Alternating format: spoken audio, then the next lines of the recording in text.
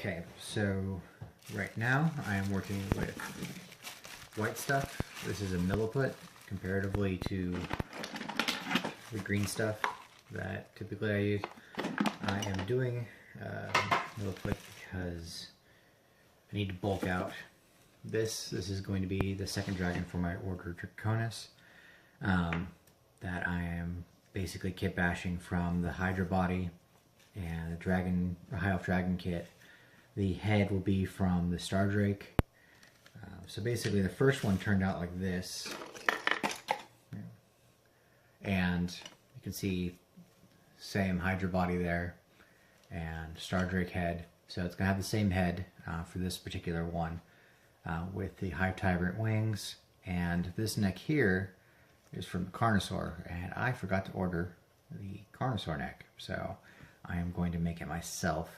So ideally, with the Whitestuff, we're going to be bulking out the back ridge of the Hydra to where it'll be comparable. So kind of gone with a more of a, I guess, bulldog comparatively to like a Whippet or Greyhound version of the dragons that you typically see, being like the traditional High Elf Dragon and Dark Elf Dragon are really, really thin. So, and these ones are going to be much more hefty. And it looks more like something out of the Mortal Realms instead of just the old world. So this is how half of it looks, and for the other side too, I'm wearing gloves because this stuff gets everywhere. So you just will cut a slice out, and the same here. This one actually has like a crust on it, so that will get folded in. Milliput takes well to water as far as like smoothing goes. That's how I got it more smooth here. You can compare it to here, where you can actually see like where my fingerprints were, or like where it kind of goes in together. Whereas this one, using this tool and see how it gunks up everything, just smoothing it all out. Then I covered it after that with super glue, like a liquid super glue, so that it kept the smooth form. So you just push these two together and just keep folding it until you have one solid texture. And you can see already it's sticking everywhere, and so just be aware of that. And until it actually gets mixed, it's probably going to be everywhere. Which is why I don't like to use it, frankly. But if you're trying to bulk out a project, or if you want a base for something, Milliput is much cheaper than going through like just Greenstuff. You can get Milliput like at Hobby Lobby or online, and generally you can pick it up for, I think, $12 retail, and then you just use a 40% off coupon if you're at Hobby Lobby. And yeah, so that. So having that, just tearing off bits. So what I should have done when I did this one earlier is start the ridge, but I did not, so I have to do that now. If you notice from the last one, it bulked up right around where the arms met. So, and it smooths just like Greenstuff, except it's going to leave that residue. And I don't like texture like this on my hands, and it takes forever to get off, and no. Gloves. You can pick them up $5 at Oak Harbor. Not Oak Harbor, Harbor Freight. Oak Harbor's a trucking company. So that's basically the ridge I'm doing. I'm going to keep working on this and come back once I've finished it. And yeah. Okay, so this has dried. But I've mixed some more in just because I need to bulk it out a bit.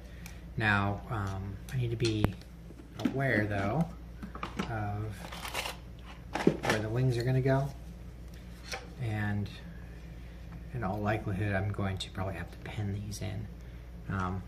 Good part about Whitestuff is that it's pretty solid, so if I wanted just to drill in, it'll behave a lot like clay or plastic.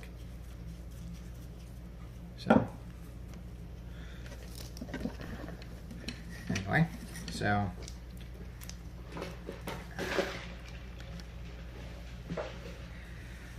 the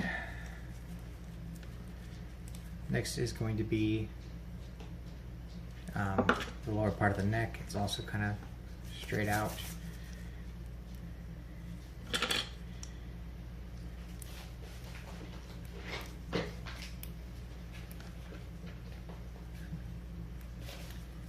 Pardon for the background noise, there's a cat trying to get my attention.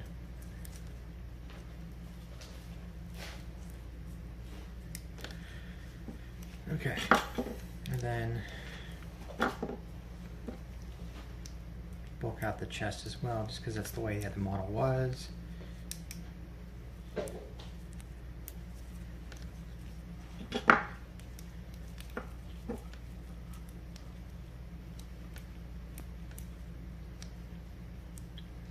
I'm going to want to make sure that that remains there so there's definition on the shoulder.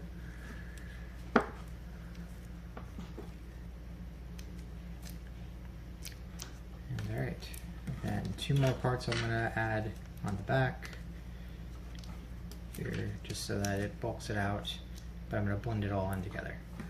So I'll be back once I finish. Okay, so that's basically it blended together. You don't have to worry too much, oh crap, about it being too like epoxy or having too many holes or not it being a perfect blend, just because you're going to be going over this with Greenstuff. I'm going to just correct this a bit though, just because it didn't quite get even with the center of the body. So, now unlike Greenstuff, this does not fully remove all that well. Not that Greenstuff does remove fully, but it's better than Greenstuff does. And just put water on the finger and smooth it in together, just because you're going to want something a little bit more tough than the pastel pushers at this point. So, alright, kind of has a big sea lion look to it. So, I'm going to reattach the limb and go from there. So this is where we are with the rest of it. You can take water and just blend in. It works a lot like your standard clay.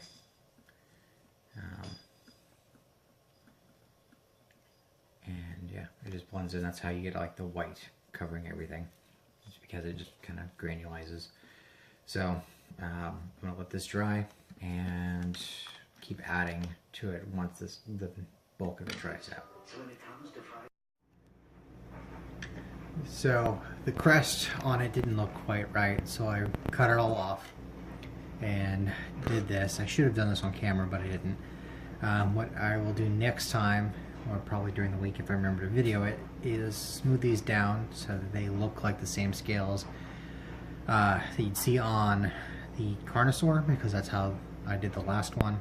I've gone ahead and done the entire ridge here, so using Greenstuff I just filled it in, and then using this edge kind of just pushed it all in, made sure it all lined up, and then any extra like on this here I just kind of blended it in on top.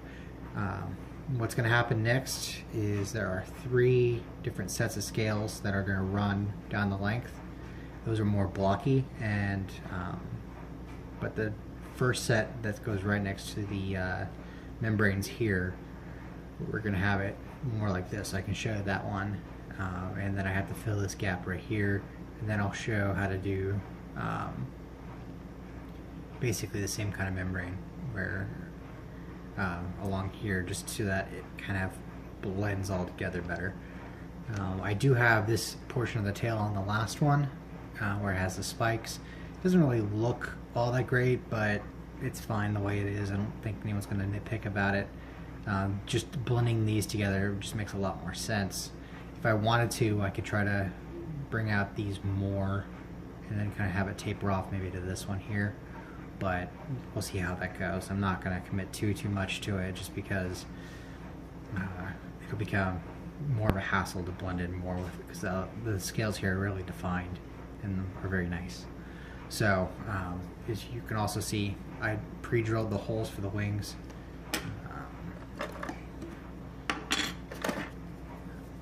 And then cut around where it would fit in, so that's just going to go right in there. It's not a perfect fit, and that's on purpose because I still have to build up all the scales and then blend these two things together. So the effect of the dragon is that it's going to be on the ground on a slope going down, because otherwise it kind of just looks like a lizard with the belly so close to the ground.